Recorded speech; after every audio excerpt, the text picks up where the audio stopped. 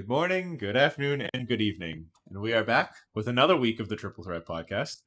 It is week 30, and this week is going to be a weird one.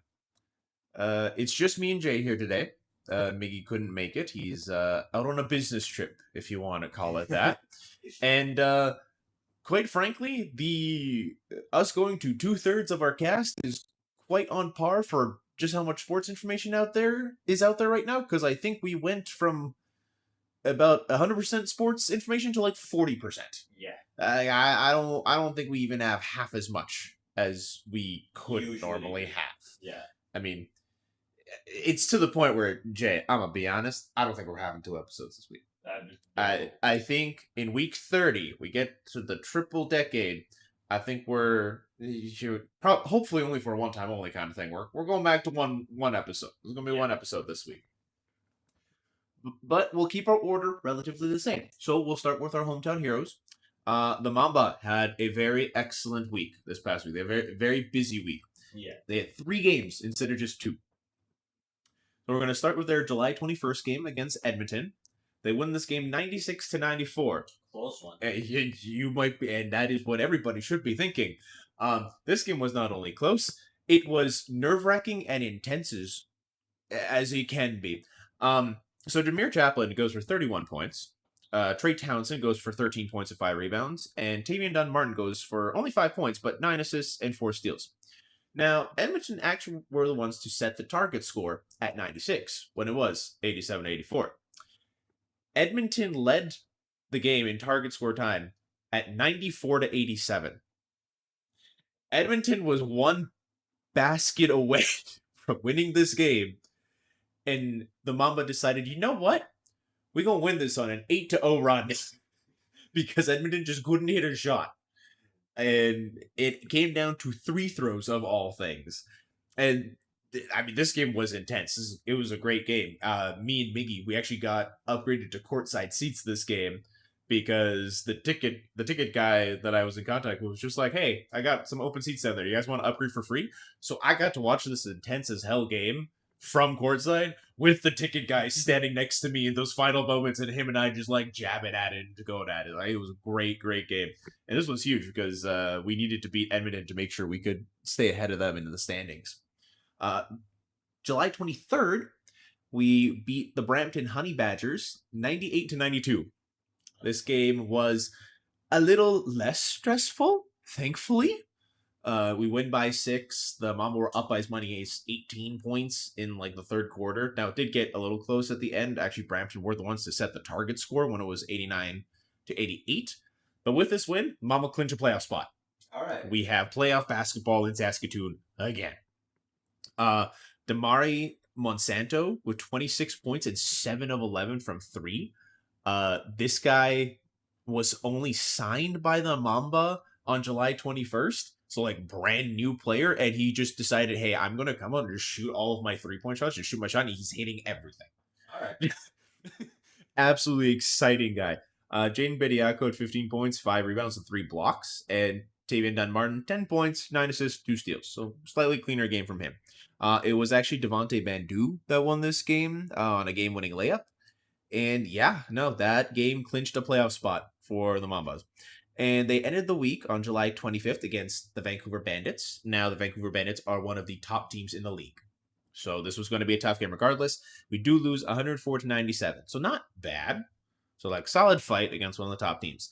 Dunn-Martin, 27 points and 2 steals. Jalen Williams, 18 points and 3 blocks. And Jameer Chaplin had 14 points and 5 rebounds. Now, after the week, the Mamba still sit third in the West with a record of 10-11.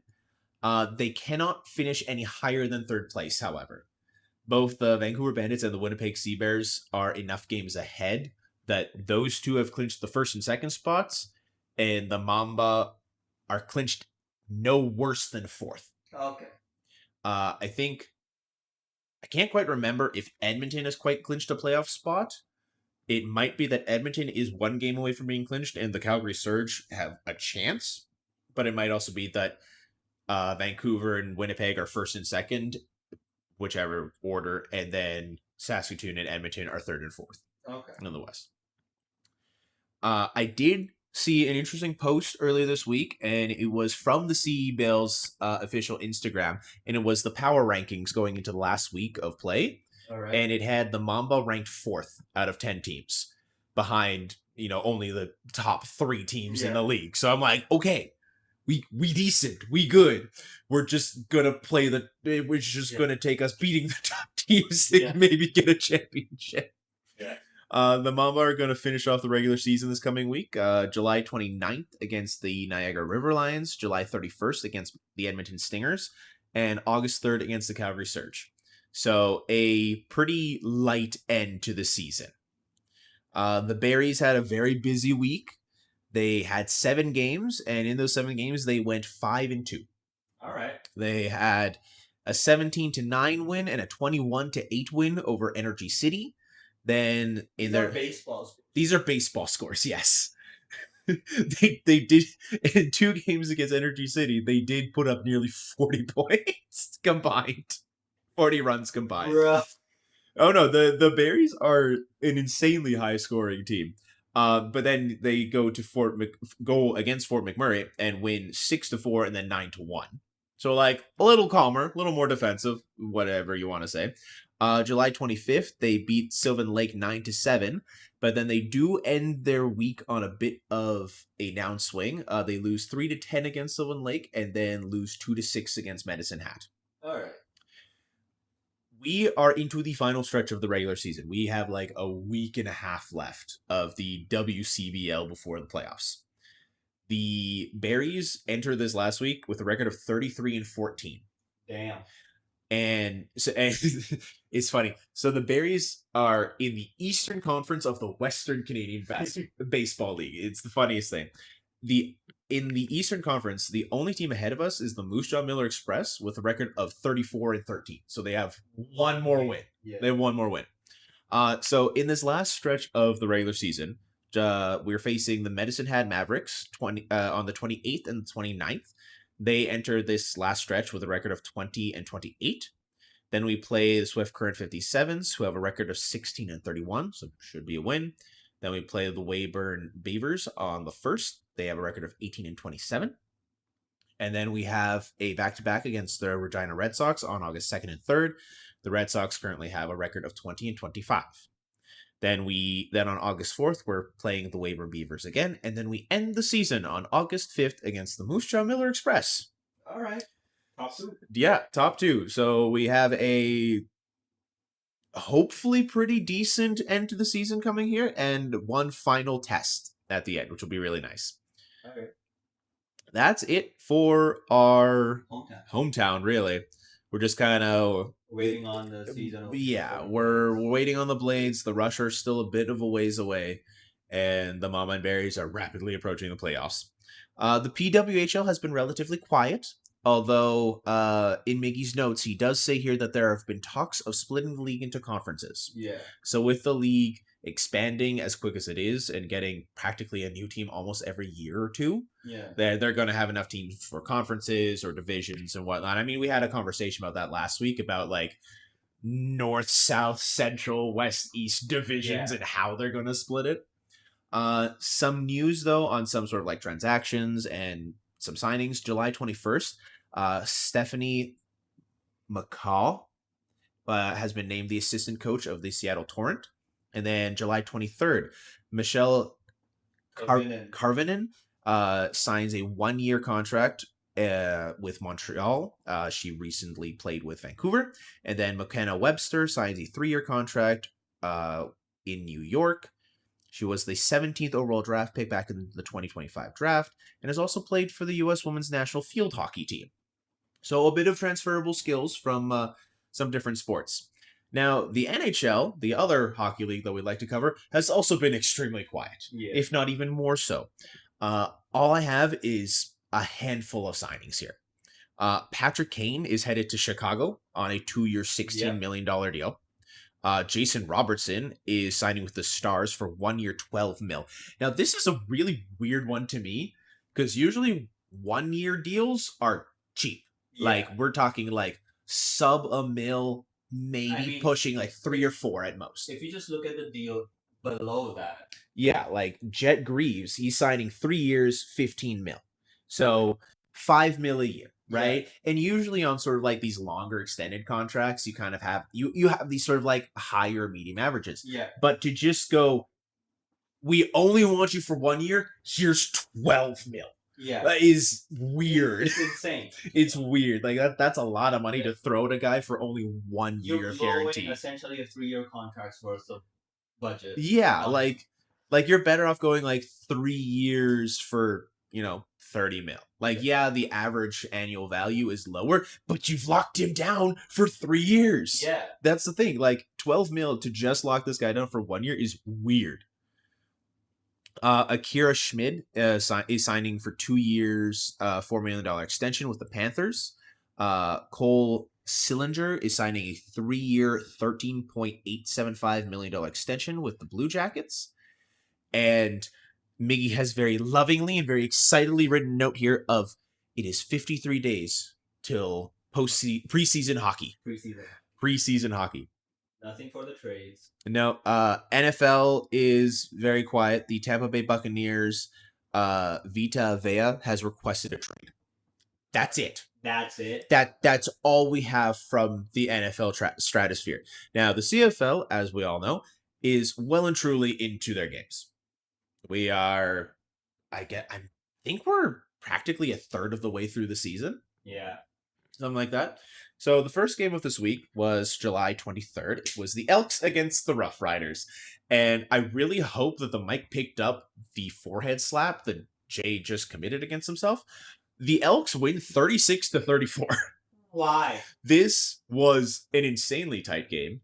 I think it was basically tied through the first 3 quarters. It was like both teams scored 7 points in the first quarter. Both teams scored 17 points in the third quarter. Like it was something insane.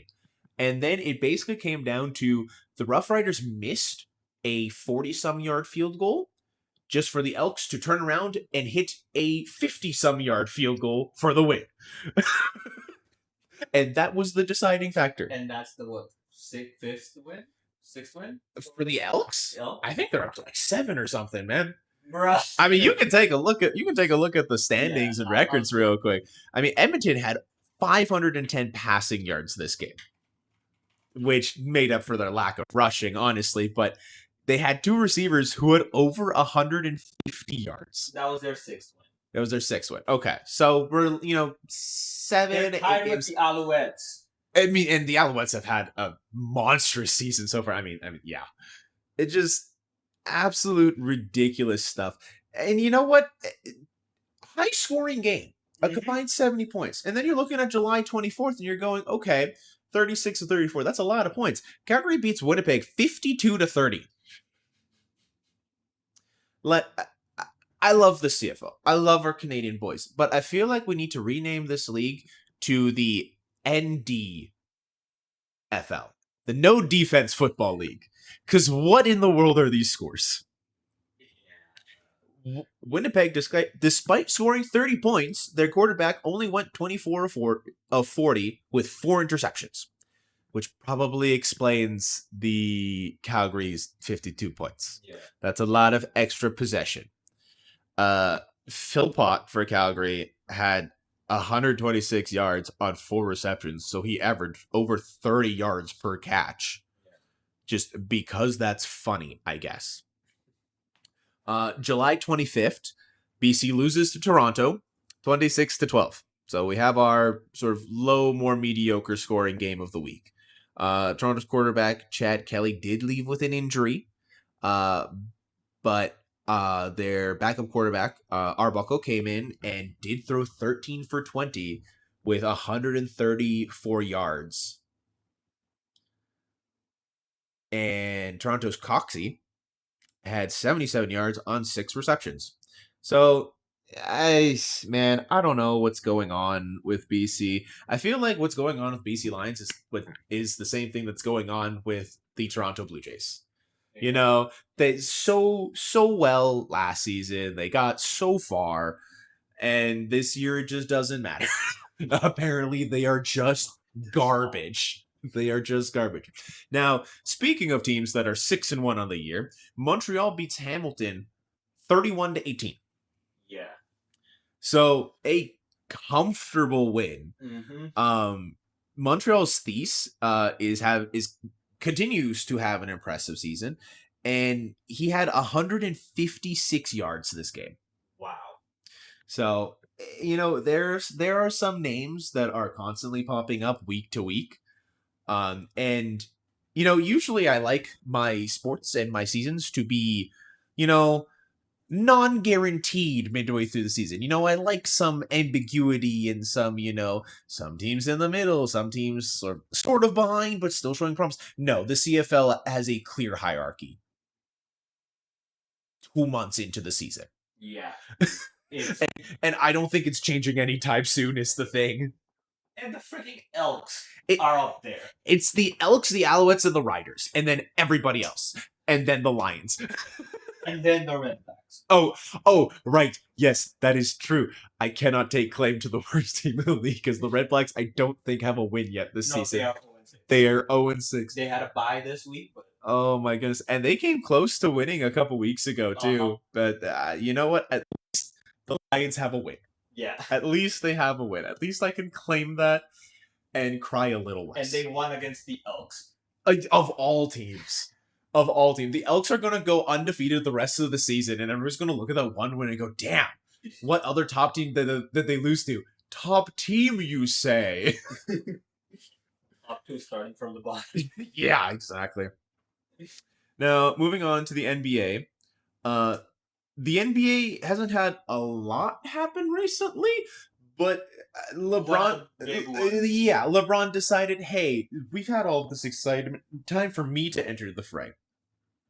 LeBron signs with the Philadelphia 76ers, which is like, okay, makes sense. Title contenders. Probably still going to have to pay him well. Mm-hmm. He signs for 2 years, $8 million. Bruh. And no, that is not $8 million average. That is $8 million total. That's $4 million. That is $4 million a year. I'm pretty sure his son's contract is better. Yeah. Draymond Green, who just recently re-signed with the Warriors, is making $30 million a year on the new contract. Yeah. And he averaged 8 points last season.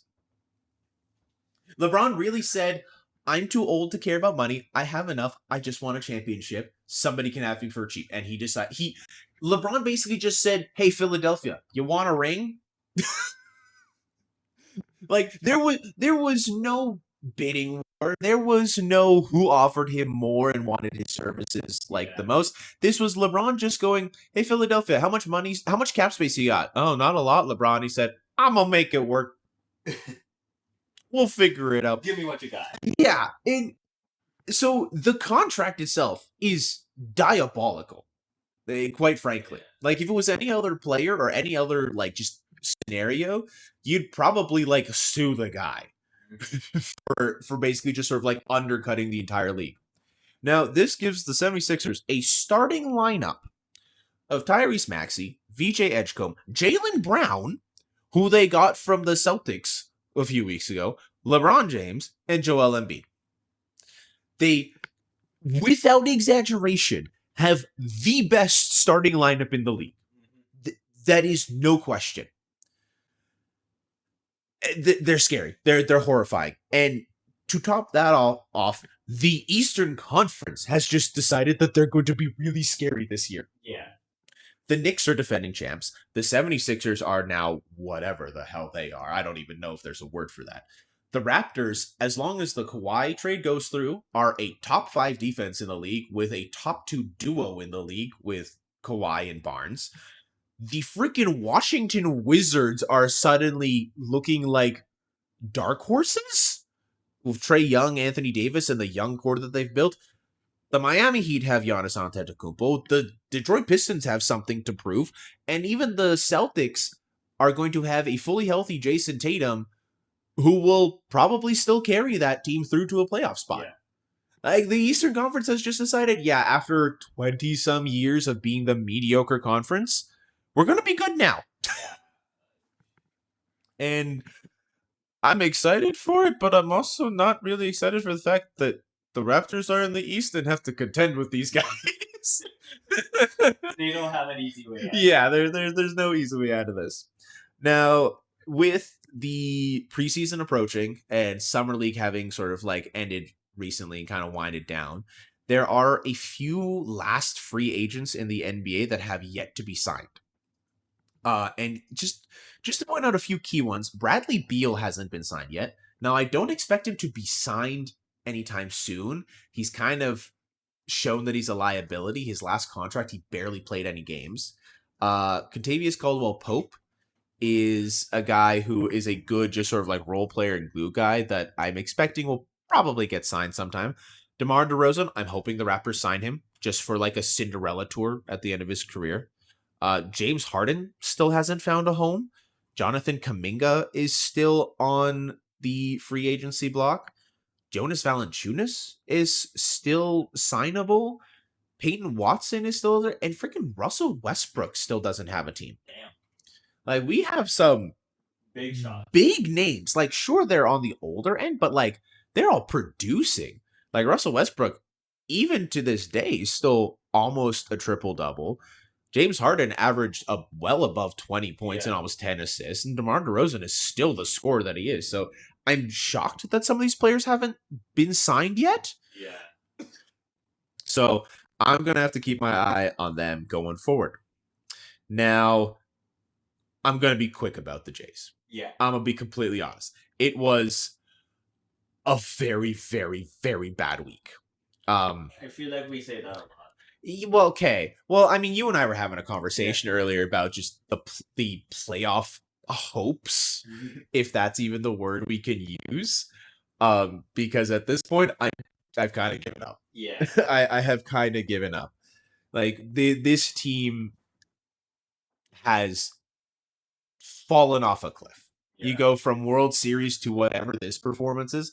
Now, some guys are having a good year.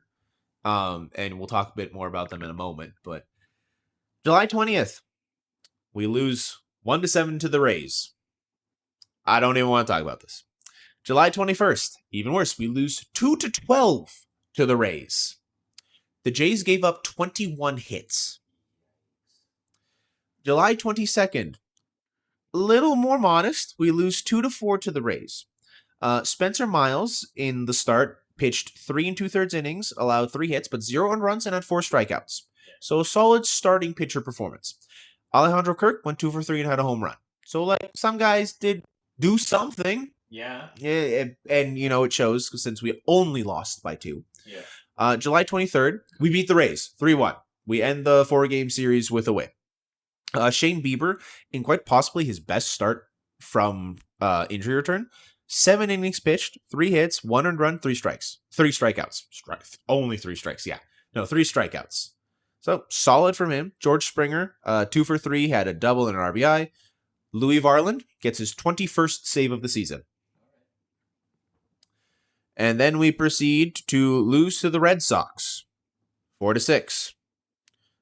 Okamoto went 2 for 5 and had a home run and 3 RBIs. The Jays left 10 men on base. So there are games where we get guys in positions to score and just decide that we don't want them to score.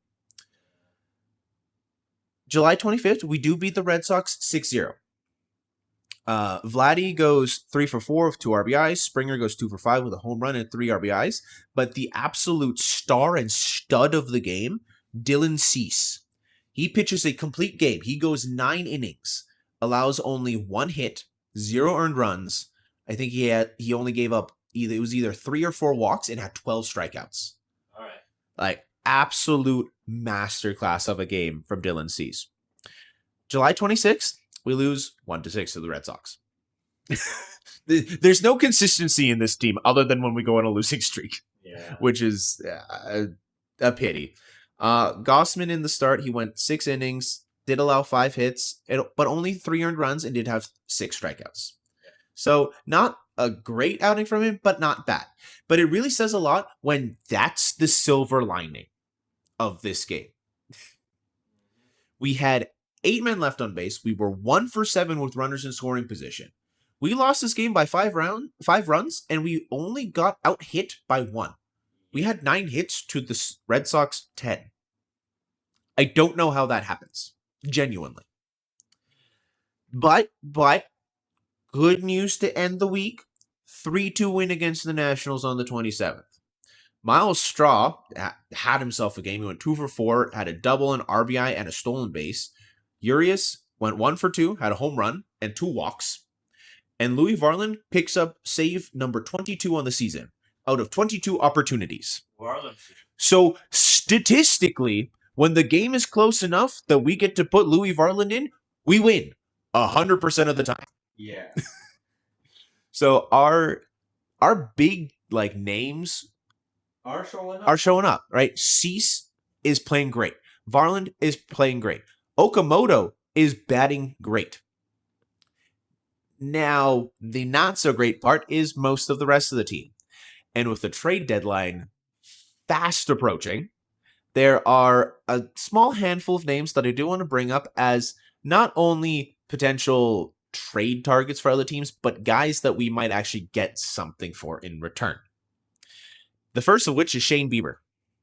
Now, this is a guy that was injured for the first couple months of the year, and we all expected him to have a very good comeback, and he just hasn't. Now, he still has the potential. He still has the skill. It's just he's not performing.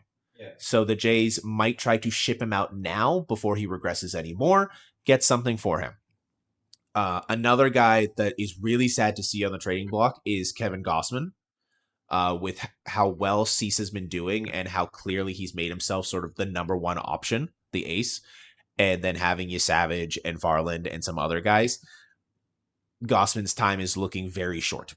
Yeah. And which is really sad to see because it is widely known and he's widely regarded as one of the best free agency signings the Jays have had in years. And he has given so much to this team. George Springer, he's struggling. I'm not sure if it's just kind of like an age thing or if it's just sort of like end of career thing, but he's kind of at that point where he's a designated hitter and he doesn't hit that well. So the one thing he's supposed to do is kind of struggling with, but he could still help some other team in some other aspects. Yeah. Now, the last guy that I have here is a guy that I really don't want to see go, but he is having a very awful year at the plate, is Dalton Varsho. Now, he on the defensive end, he is our captain in the outfield. He is the center fielder. He is amazing on defense. The issue is just that his bat is not finding the ball. And you need that from your outfield players. Because as good as they can be on defense, they're not going to be, making defensive plays nearly often enough that you can warrant a bad bat. Yeah. Now, of course, there are a lot of other guys on the Jays team that are tradable. I mean, Hoffman is a guy that I think most Jays fans kind of want to see go. Even guys like Nathan Lucas or Pinango or guys like that have shown bright spots and are fan favorites. This whole team is essentially on the trading block. Yeah. Heck, if Vladdy wasn't so expensive with how he's playing, he might be on the trading block. It's just I don't think there's any other team out there who's willing to take on a 10-year, $500 million contract. Yeah. That's all I have for the MLB. We have no MLR, but we do have some North American soccer. Before we get to that, I'm just going to go over the mess that is NASCAR. Oh, yes. So, explain. I still don't understand their scoring system. I will never understand their scoring system because in first place came Seeheim in Toyota number 67 with 0 points. Yeah, okay. See, I was going to make a joke about how rugby scores are weird because, some leagues have like bonus points for how close you keep the games or how many tries you get and stuff. But first place with 0 points is weird. That's not even better. That just feels wrong. Yeah. Second place, Seabell in Toyota number 20 finished with 35 points. Logano in Ford number 22 finished third with 34. Briscoe in Toyota 19 finished fourth with 36. And Hamlin finished fifth with 44 points. With the highest points in the top 5. That's very weird. Yeah, don't understand the scoring system.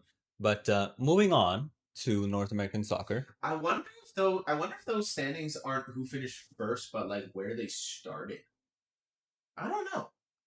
I don't know. We've been slacking NASCAR. on our NASCAR research, but But yeah, uh, I'll have to figure out this coming this North coming American soccer. CLB is Colombo? Columbus. Columbus? Colombo. Columbus. Columbus. I'm pretty sure it's Columbus in New York.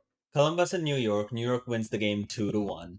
Cincinnati versus Vancouver. It was a high scoring game of 4-3 in favor of Cincinnati. Damn.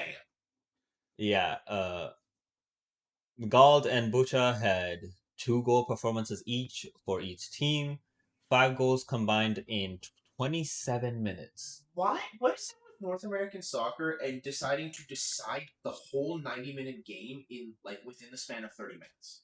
I think it's just that once you concede or like score, your defense just sort of relaxes instead of tightening up, Yeah. and the other team gets to equalize really quickly. Uh, Miami versus Chicago. That was Chicago. that was an accent. Miami versus Chicago. Miami takes the win 3-2. Um, and then NE would be I think it's New England. New England versus Toronto 0-0. Snooze fest. I'm starting to realize that Miggy's notes do not work for me. No, not for me either. Because Uh, I think Philadelphia beats, I think that's Red Bull New York 3 yeah, 1. Red Bull New York 3-1. Uh, Charlotte beats Atlanta to not Well, beats ties Atlanta 2-all. Beats 2-2 would be quite the feat. But yeah. Ties Atlanta 2-all. Houston and DC draw it out 1-all. Nashville beats Montreal 1-0. Kansas City I'm pretty sure that's Kansas City. beats Minnesota 2-1. Whatever ATX is. Whatever ATX is beats Seattle 3-1. Colorado beats San Diego 1-0. LA beats St. Louis. St. Louis beats LA 3-1. Oh, sorry. St. Louis beats LA 3-1. Yeah, it doesn't make sense to me. Yeah. I mean, now, mind you, there's a note here that, and I'm pretty sure it's LA that got a red card after the 49th minute, which is a pretty early red card to get. Mm-hmm. That's minimum 40 minutes of the game. You're playing a man down. You're playing a man down, as well as like, what was he doing? I haven't seen that match, but what are he doing that he getting a red card in the 50th minute? 4 minutes in the second half. Either he got a yellow in the first half, or he came out of the locker room and tried to kill somebody. Yeah. LAFC beating RSL 3-1. Portland and Dallas draw it out 2-all. San Jose lose to Orlando 4-0. I mean, losing 4-0 is pretty warranted when you give up 20 fouls.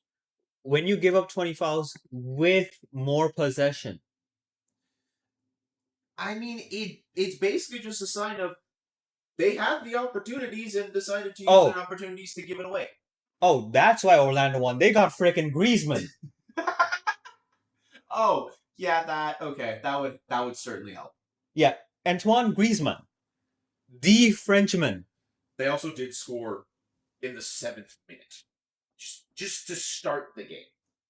Griezmann's played for frickin' Orlando. I guess I know that post FIFA, the MLS was like signing a lot of these international players.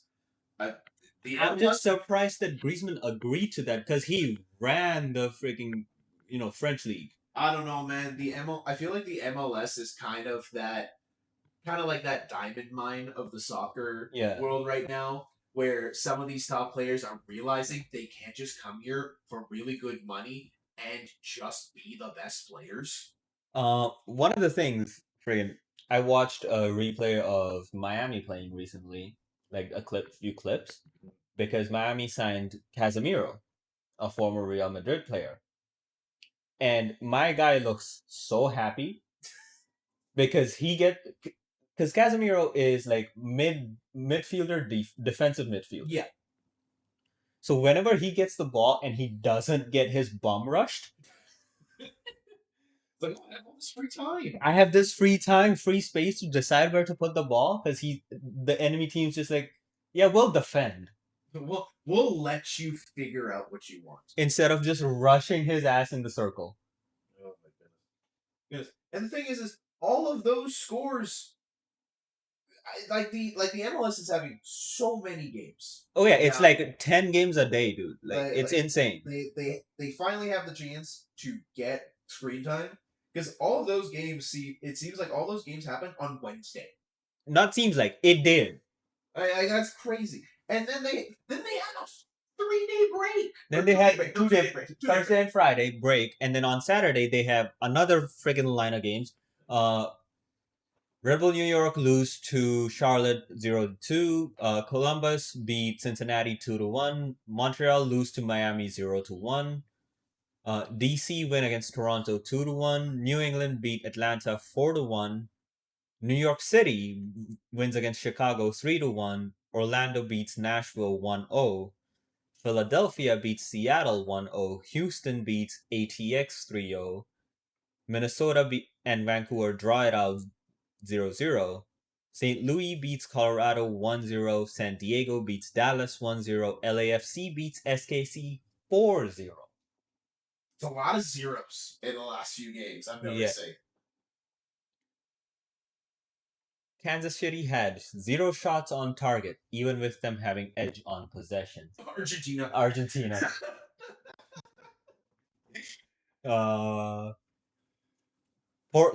Portland beats RSL 2-1. The thing is, I see POR, and my brain immediately goes to Portugal. Oh, Portugal, yeah. And then just to end it off, San Jose and LA draw it out 1-1. Yeah. All the festivities just to draw it out. That is so many games. That's ridiculous. And the thing is that this next week isn't going to be any quieter. No, it's on Friday they have one game. Okay, so Friday's quiet. It's New York versus Toronto. And when do all the other teams play? On the Saturday, Montreal versus New England, DC versus Nashville, Cincinnati versus San Jose, Miami versus Columbus, Philadelphia versus Atlanta, Red Bull New York versus Orlando, Vancouver versus LAFC, Chicago versus Charlotte, Minnesota versus San Diego, Kansas City versus Houston, St. Louis versus RSL, Colorado versus ATX, LA versus Dallas, Portland versus Seattle on Saturday. And then there's nothing on Sunday. Okay, so the MLS really said FIFA's over. We're going to pick 2 days a week and go, here's all of your soccer. Yeah. Forgetting that they only have 8 hours that they can show us. I mean, with that many games, you're bound to catch at least one during the day. Oh, that's so funny. Stats, Musa leading from Dallas with 13 goals. Chicago tied with Hugo Kuipers. That's a name I haven't seen in a while. In Chicago with 13 goals. Leo Messi in Miami with 12 gifted goals. Nicolas Fernandez in New York City, 12 goals, tied with 4th place. And Martin Ojeda. That's a name I also haven't seen in a while. It's okay. There are even more names that you haven't seen in a while. The assist leader is Song Heung-min. In LAFC. With 10 assists. Followed by Andres Dreyer with 9, and then a 3-way tie between Messi, Espinoza, and Segovia. Segovia with 8. 8. And 2 of them being on Miami. Yeah. And then clean sheets. Hugo from LAFC. Yeah, okay. I mean, it's Hugo Boss. Like, yeah. 10 clean sheets is pretty impressive. Brian Schwake, from Nashville with 8. Yohei Takaoka with 7. That's okay. I'm gonna sound a bit weird. That dude's small. Oh, like he's just a small human being. He's 5'10", I'm pretty sure. Oh, okay. So sports-wise, he's kind of on the shoulder. Especially for a goalie. Yeah, that's true. It's the quick feet, man. It's the quick feet. He just gets everywhere. Chris Brady with 6 in Chicago. That's the MLS. That's the MLS. We haven't even gotten to the CPL, which we're going to get to. And then we have the NSL. But by the looks of it, not quite as crazy. Not quite as crazy. We're contained. Yes. The CPL had 2 games this past Friday. It was Halifax versus Supers. Yeah. Supers beat Halifax 3-2. Halifax had a 2-0 lead. Yikes. Yeah, El Quemi from Supers had a hat trick, 3 goals in 8 minutes. So Halifax got the lead, and then they let one guy get 3 goals in 8 minutes. Now, keep in mind, that's 3 goals in 8 minutes. 2 of them were penalties. Okay, so Halifax 100% did it to themselves. Yeah, they blew that lead. They gave them 2 penalties in 8 minutes. They deserved loss. Vancouver wins against Cavaliers 1-0. I don't think that was supposed to happen. No. I'm pretty sure Cavaliers are top of the table. Mm-hmm. And then Toronto wins against Pacific 3-2. That's a close game considering Pacific is bottom of the league. You know what's funny? Every time that we mention that Pacific is bottom of the table, it just reminds me of the one rugby league where we had that like Pacifica Moana or something that was at the bottom of the table all the time too. All 5 goals scored in the second half. So first half was a snooze fest. I think that's Toronto. That's Ottawa. Oh, is that Ottawa? Okay. That's Inter Ottawa. Oh, okay. Well, Forge beats Ontario, I guess. Yeah. 3-1. 3-1. Forge is the top of the league. Score was 0-0 until the 41st minute, but was back 0-0 until the 41st. And then 1-1 at 44. So 3 minutes. It took them 41 minutes to score a first goal, and then 3 minutes later they scored the second. Yeah. As I said, like North American soccer, it's just like they score a goal and then the defense just goes, "We won!" The game is decided in the span of 20 minutes. Yeah. And that's on the longer ends. Next week, Cavaliers go up against Supers on 28th. And Pacific go up against Supers again on what? That's not 28th on Friday. Sorry. Mickey did a bit of an oopsie. Friday is 31st. So 31st, Supers play again, but against Pacific this time. We have 2 games this week. Yeah. Interesting. Okay. Vancouver against Toronto. Is on August 1st, and Cavaliers against Ottawa is also on August 1st. And Halifax versus Forge on August 2nd on Sunday. Stats, Quemi leads the league with 7 goals. 3 of them were scored this week. This week alone, yeah. Tobias with 6 for Cavaliers. Tabia with 6 for Toronto. And Isaiah with 6 for Halifax. And Mohammed Amisi with 6 for Vancouver. So it's a 4-way tie for second place. Love that. Assists, Arila 5 for Halifax, Ba for 4, Gote for 4 for Cavaliers, Sean Rea 3 for Supers, and Benny Baribanga 2 for Toronto. Not a whole lot of assists. No, it's a lot of solo plays. And clean sheets. Dimitri Bertod 7 for Forge, Nathan Ingham 6 for Cavaliers, Diego Urtiaga 2 for Toronto. Sorry, no, that's Ottawa. Carducci 2 for Halifax, and Enric 1 for Vancouver. So you have 2 goalies with a lot of clean sheets, but mind you, for the 2 top teams in the league, and then everybody else, not so much. Yeah. So for NSL, Calgary lose to Ottawa 2-1. Montreal lose to Toronto 2-0. And Vancouver lose to Halifax 1-0. Newsfest games. As well as Toronto, Ontario winning both of their games. Look, man, for that province, they need to pick me up. That's all I'm gonna say. That is where we will cut the North American episode, if we are going to call it that.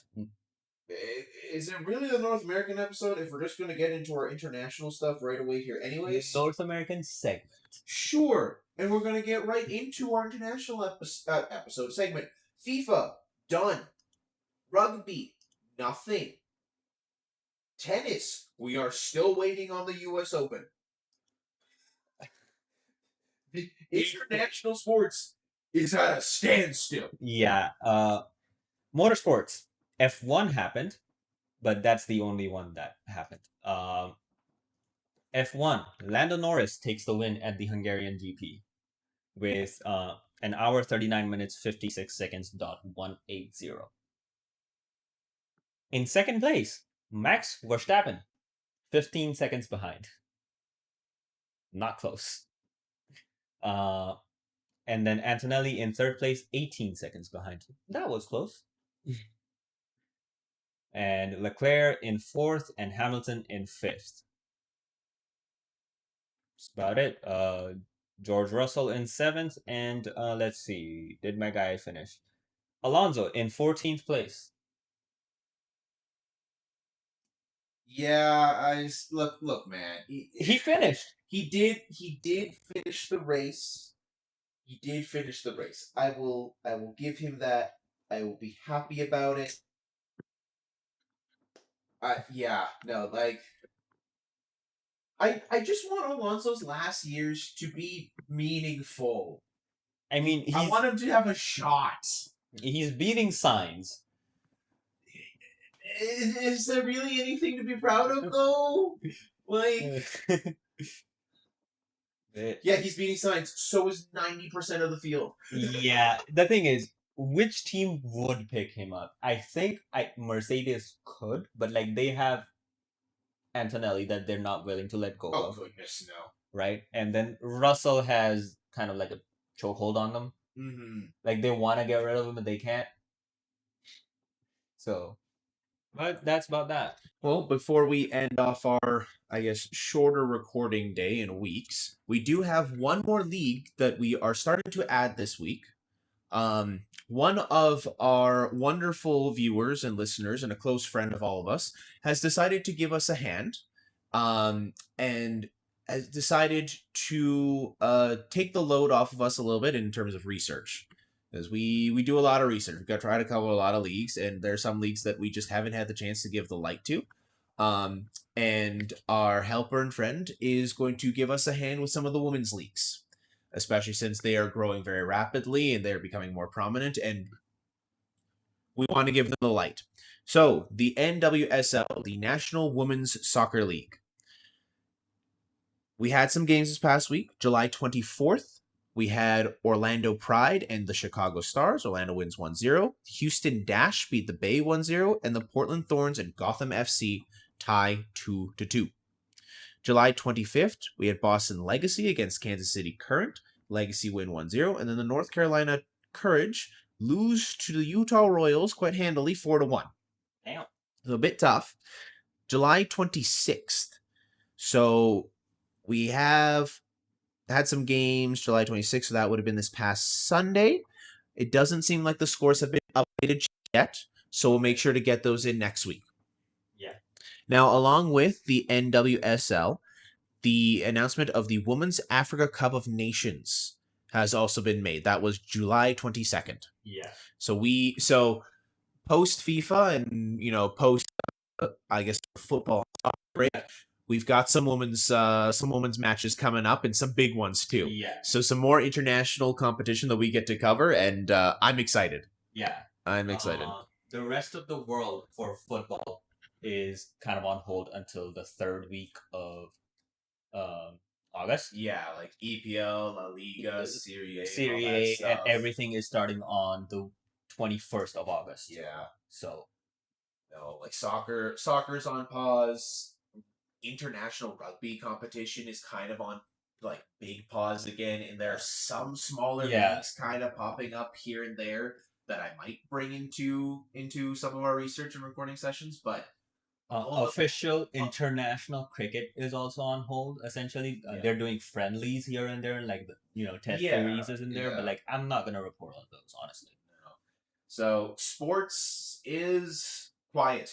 I mean, we are, we are in this in our In the 30th week of the year, yeah, we are middle of the summer here in the northern hemisphere, so things are bound to die down, and die down they have. yeah, and they'll pick back up in a few weeks. But Oh, absolutely. And when they do pick back up, we will be right back. We will be right back to our 2 episodes a week and Yeah. stressing out to get all the research done in time. Yeah. But I think that'll do it for this week. Mm-hmm. We will have it'll be a week special. This week's special of 1 episode only.